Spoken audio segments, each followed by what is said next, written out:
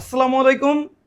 সম্পূর্ণ নতুন নিয়মে কিভাবে Facebook content monetization set up করতে হয় সেই প্রসেসটা আজকের ভিডিওতে চলুন স্টেপ বাই স্টেপ ইন ডিটেলসে দেখিয়ে দিচ্ছি। সো ভিউয়ার, সর্বপ্রথম আপনার ফেসবুক পেজ অথবা যে আইডিটা আপনার মনিটাইজ হয়েছে, যেটাতে আপনি অ্যাপ্লাই করবেন, ওই আইডির প্রফেশনাল ড্যাশবোর্ড অপশন চলে আসবেন। দেন উপরের দিকে আপনি দেখতে পাচ্ছেন মনিটাইজ, এই মনিটাইজ অপশনে ক্লিক করবেন। দেন আপনি এইরকম ইন্টারফেস দেখতে পারবেন। যেমন আমাদের এখানে $200 এখানে হোল্ড হয়ে আছে। সো এর পাশে আপনি দেখতে পাচ্ছেন সেট আপ, এই সেট আপ অপশনে ক্লিক করবেন। নেক্সট স্টেপ আপনি এরকম ইন্টারফেস দেখতে পারবেন। সো এখানে সর্বপ্রথম আপনি দেখতে পাচ্ছেন লিগ্যাল ফার্স্ট নেম এবং তার নিচে দেখতে পাচ্ছেন লিগ্যাল লাস্ট নেম। এখানে মূলত আপনার নামের প্রথম অংশ এবং নামের দ্বিতীয় অংশ আপনি দিয়ে নেবেন। অবশ্যই আপনার এনআইডি কার্ডে যেরকম আছে ওই রকম আপনি নাম দিবেন। যেমন আমার নাম হচ্ছে এমডি সজীব খলিফা, এক্ষেত্রে লিগ্যাল ফার্স্ট নেম আমি এমডি সজীব রাখবো এবং লিগ্যাল লাস্ট নেম আমি খলিফা দিয়ে নেব। এরকমভাবে আপনারা আপনাদের নামটি দিয়ে নেবেন। এবং আপনার যদি এনআইডি কার্ড বা ব্যাঙ্ক অ্যাকাউন্ট না থাকে, এক্ষেত্রে আপনার যে কোনো অভিভাবকের নাম আপনি এখানে দিতে পারেন।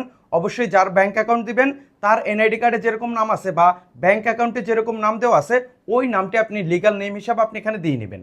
তারপর নিচের অপশন এখানে দেখতে পাচ্ছেন ডেট অফ বার্থ, এখানে ডেট অফ বার্থটি আপনি দিয়ে নেবেন অবশ্যই আপনার এনআইডি কার্ড অনুযায়ী। তারপর নিচে এখানে কান্ট্রি অপশনে ক্লিক করে আপনি বাংলাদেশ সিলেক্ট করে নেবেন। তারপর নিচে নেক্সট অপশনে ক্লিক করে দিবেন। নেক্সট স্টেপ চলে আসবে আপনার এন্টার বিজনেস ইনফো, এখানে কান্ট্রি অপশনে আপনি বাংলাদেশ সিলেক্ট করে নেবেন এবং নিচে অপশন দেখতে পাচ্ছেন বিজনেস টাইপ, এই অপশনে আপনি ক্লিক করবেন।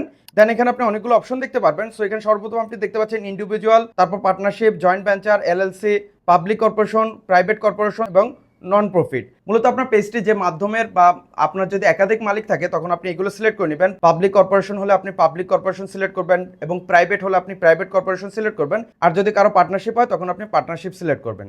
আর যদি এগুলোর ভিতরে একটিই না হয়, যদি আপনার পেজের মালিক যদি আপনি নিজেই হয়ে থাকেন, তখন উপরের দিকে আপনি সর্বপ্রথম যে দেখতে পাচ্ছেন ইন্ডিভিজুয়াল, এটা আপনি সিলেক্ট করে নেবেন। তারপর আবার নিচে নেক্সট অপশনে ক্লিক করে দিবেন। দেন নেক্সট স্টেপ চলে আসবে এন্টার ইউর ইনফো, এখানে আপনার ফার্স্ট নেম দেখতে পারবেন এবং লাস্ট নেম দেখতে পারবেন। যদি আপনার কোনো মিডল নেম থাকে তখন আপনি মিডল নেমটি দিয়ে নিতে পারেন অথবা আপনি খালি রাখতে পারেন।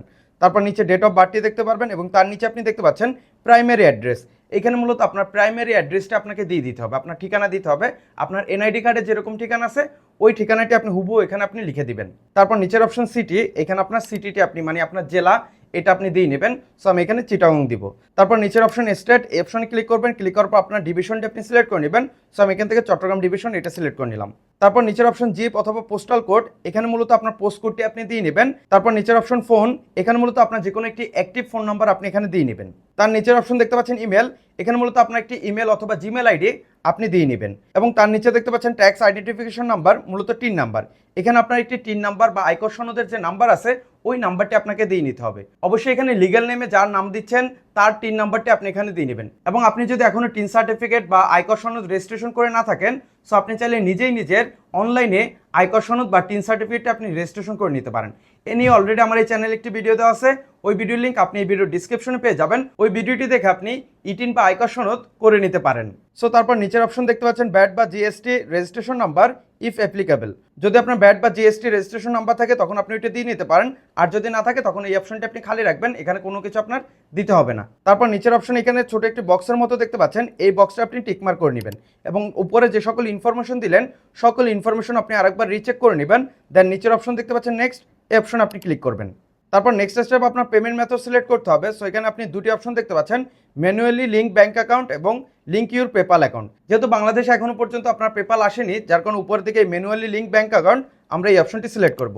দেন এখানে আপনার ব্যাঙ্ক কান্ট্রি বিডি দেখতে পারবেন, ব্যাঙ্ক অ্যাকাউন্ট হোল্ডার, এখানে আপনার ব্যাঙ্ক অ্যাকাউন্ট হোল্ডার নাম দেখতে পারবেন। সর্বপ্রথম আপনি যে নামটি দিলেন ওই নামটি আপনি কিন্তু এখানে দেখতে পারবেন। তারপর নিচে দেখতে পাচ্ছেন সুইফট কোড, এখানে মূলত আপনার ব্যাংকের সুইফট কোডটি আপনাকে দিয়ে দিতে হবে। আর আপনি যদি আপনার ব্যাংকের সুইফট কোড না জানেন তখন আপনি গুগলে যে আপনার ব্যাংকের নাম লিখে সুইফট কোড লিখে সার্চ দিলে আপনি সুইফট কোড পেয়ে যাবেন, ওই সুইফট কোডটা আপনি দিয়ে নিতে পারেন। এছাড়া আপনার যে ব্যাংকে আপনার ব্যাংক অ্যাকাউন্টে আছে ওই ব্যাংকের ওই শাখায় আপনি কল করেও তাদের কাছ থেকে আপনি সুইফট কোড জেনে নিতে পারেন।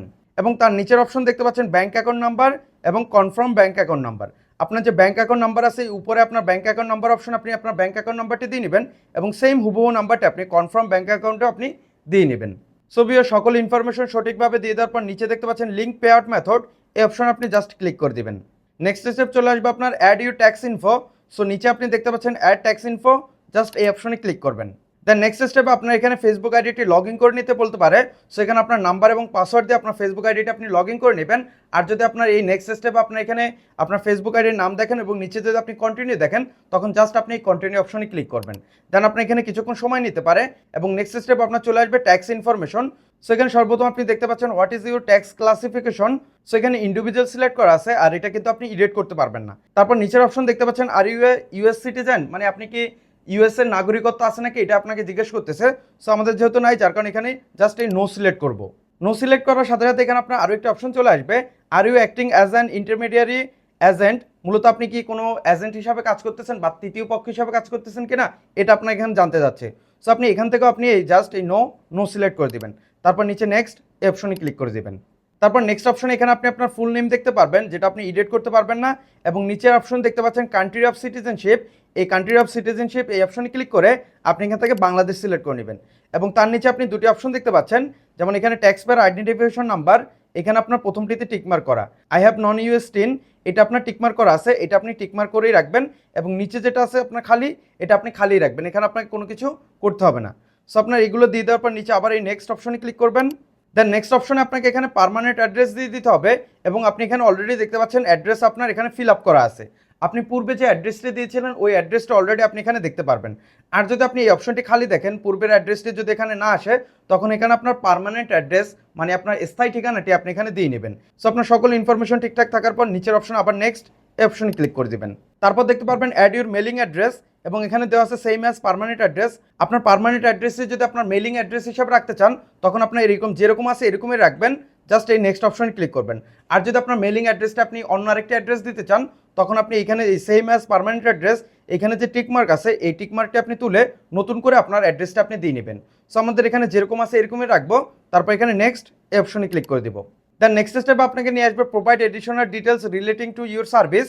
সো এখানে আপনাকে বেশি কিছু করতে হবে না, জাস্ট এই সর্বপ্রথম আপনি দেখতে পাচ্ছেন এই 0%, জাস্ট আপনি 0%-এর করে আপনি টিকমার্ক করে দিবেন। দেন আবার এখান থেকে নেক্সট অপশনে ক্লিক করবেন। তার পরবর্তী অপশন দেখতে পারবেন claim of tax treaty benefit.